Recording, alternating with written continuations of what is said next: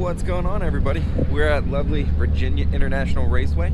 It's a cold one today. As you can see, there's still a little bit of frost on the windshield and the rest of the car. It's kind of melting away. Should warm up a little bit today, but yeah, I got here last night, unpacked. Car should be ready to go. I just got to do check my splitter biscuits real quick. It's kind of like a pre-race thing for me now, but these little things, they're on my website. Save your splitter from like getting scraped up and everything. But yeah, I should be ready to go. Gas, check tire pressures, and oops, I just realized the light may have been terrible for that. But yeah, should be a fun day. It's my first time here, so kind of just going to be learning the track most of the day and kind of see what I can get. Oh, and in case anybody's wondering, yes, running ST3. I swapped to my Toyos, which the way the rules are written gives me a 0.9 modifier, which allows me an extra almost like 30 horsepower to still be legal for the class. So yeah, let's get ready for practice.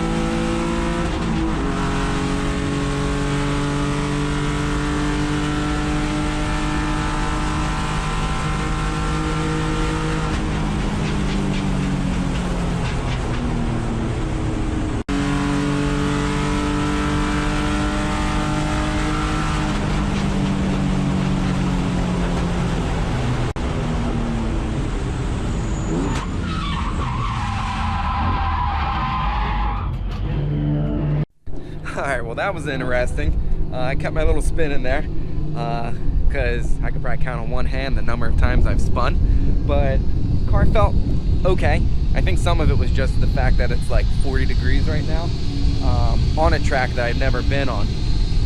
So yeah, I'm going to look everything over. The car was porpoising really bad going into one, and then the back straight, which is I think headed into like turn 13 or something like that. So yeah, check over the rear end, the diff after all that stuff. Adjust my shock settings to hopefully help that porpoising. Double check my splitter biscuits. Thank God for those. So with the splitter biscuits, oh, and my helmet blower just stopped working. So yeah, handful of things to like check over, but all in all, I did a 207 with coasting like into the brake zones of 1 and 13. So yeah, can't complain for a first session. So do a few adjustments, and I think yeah, next session is qualifying already.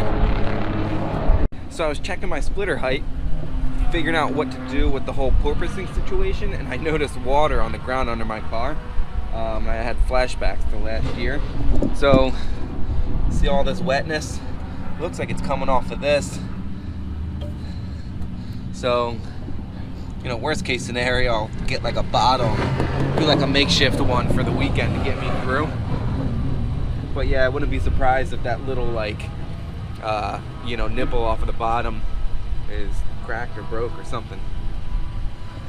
Alright, so I just finished lunch, and this Powerade bottle is going to take the place of this reservoir. What I'm going to do is take the hose, and instead of go in the bottom, we're going to come in through the top, drop the hose all the way in. So, you know, sometimes when you're at the track, you gotta, you know, MacGyver some stuff to make it work to get through the weekend.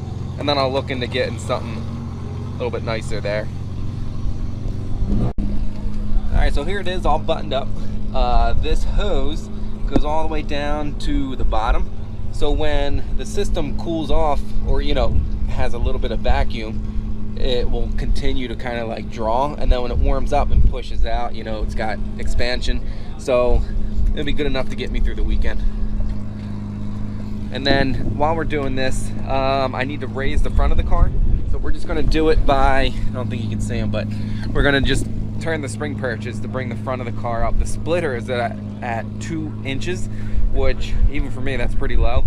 So we're going to bring it up to about 2.5. That will get rid of a little bit of the rake of the splitter, so might run in a little bit of like a balance thing, but you know, as bad as it was porpoising, like I got to do something about it.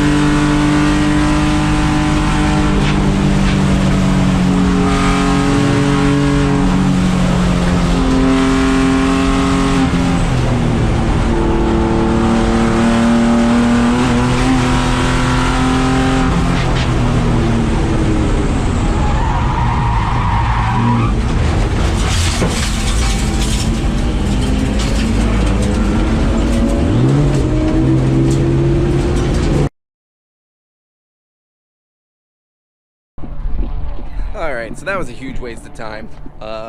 You see I screwed up real bad going into turn 1. And then again in through 10, I guess 11, 12, like Oak Tree, where I went off. I think what's happening is the rears are locking up. So when the rears lock up, all of a sudden you got like no grip on the rear as you're kind of like turn in. So what I ended up doing was, fortunately I have a proportioning valve right there. I turned, while I was on track, I kind of actually was turning it less brake a little bit.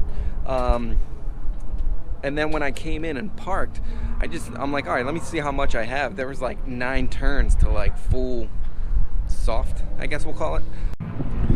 So I ended up taking 2 full turns out of it. The other thing I'm going to do, the porpoising issue was better.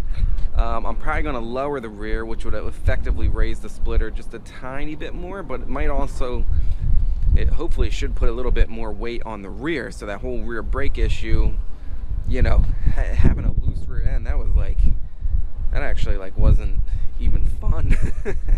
So yeah, I got to figure out what's going on, and you know, because if I have to put up with that for an entire race, that's really not gonna be fun. I didn't even get a lap, so yeah, so I'll be starting from the back, but whatever, it is what it is.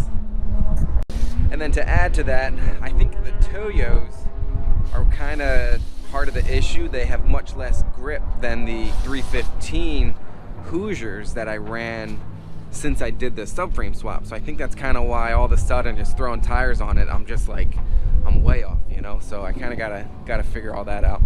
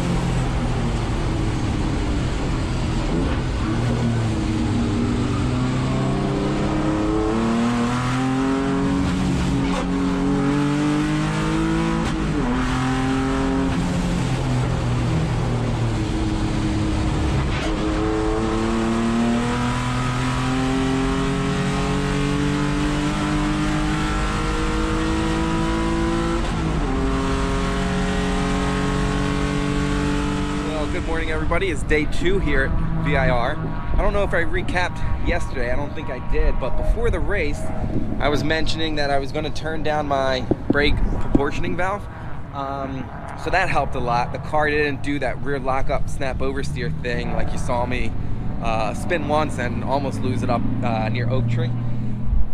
Right now I feel like learning the track is kind of the best thing I can do. I was tinkering with removing canards and then leveling the wing out just a tiny bit, but I feel like I just kind of need to like let the car, you know, I got it to a point where it's not doing that snap oversteer. Let me just learn the track now.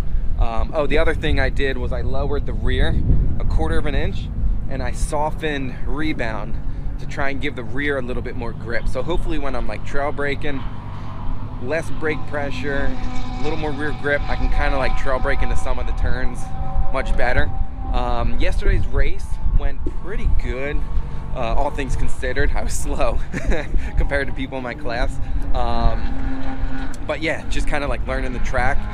With the number of yellows that we had, I counted it up. I had 8 laps in morning practice, and then the race was only about another 7 or 8 of actual green laps. So I have about 15 laps around the track right now. So I got down to a 2:05.9, I think it was. So, you know, I'm all right with that. Yeah, so today, just gonna kind of concentrate on learning the track. Last night I went over all of my data. I know where I can kind of pick up some easy speed. So, you know, hoping to just kind of get a little bit quicker today. Don't think I'll catch the front runners, but, you know, as long as I kind of get myself quicker, I'll get there eventually. And then once I kind of feel really comfortable in this car around this track, then I can kind of, you know, optimize the car a little bit more as well.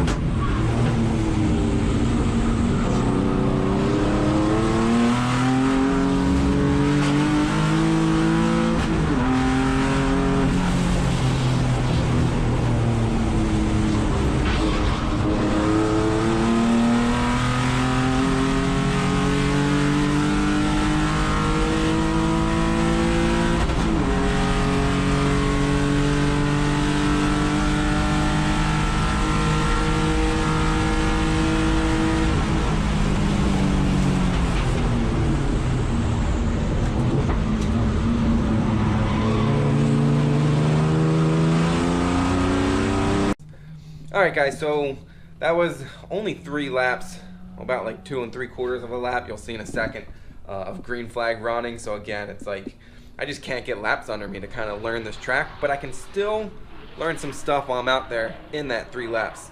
So the one was the brakes still feel good.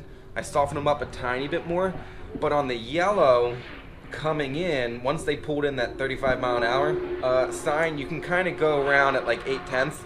And since nobody was around me, going into, I guess it would be turn 11, and then at the end of the back straight, I think it's turn 13, what I did was I just kind of jammed on the brakes as hard as I could, and the rears wouldn't lock up, but like the car felt like it had good braking grip. So I think I finally got that brake balance issue figured out, so I can kind of attack the corners better.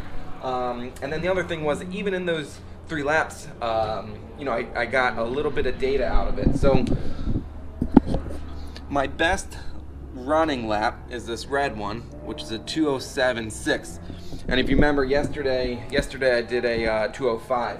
But if you see my best, my best rolling lap, so the end of effectively lap 2, going into, and then you can see how I did a 5.5 in that sector, and then a 5.7. The yellow came out somewhere in the back of the track right there, and then obviously a 15 something. So I was on pace to have my best lap, my best rolling lap, a low 2:05. So that's my best. The best theoretical, which kind of takes your best sectors between your laps, is down into the 2:04s. So, you know, I'm still picking up speed just from me getting more comfortable. I'm not going to touch the car. There's one more race this afternoon. It'll probably be another 3 laps. So yeah, that's kind of, I'm accomplishing what I want to today. So that's a plus. And yeah, so I'm kind of just sitting around waiting for this afternoon's race.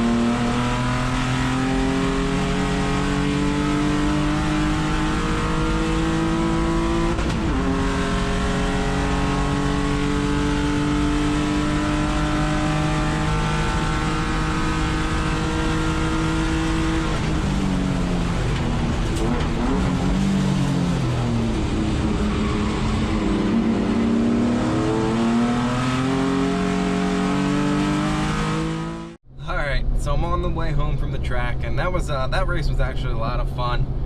Finally started to get you know, pretty comfortable with the track. Started to get have a little more confidence in the car with the whole braking situation and everything, and was able to get down to a 2:04.6, I think, so mid 2:04s. Happy with that. I gotta look at my data when I get home. I think I had like a high 2:03 on my aim, and then ended up catching traffic, or I messed something up. So you know, the car kind of has good speed. Again, I still maybe have 20 some laps around the track, so some gains can be made from driving, but I have a couple ideas of stuff that I want to change and modify before the next race, and of course I'm going to do videos on, you know, most if not all of that stuff.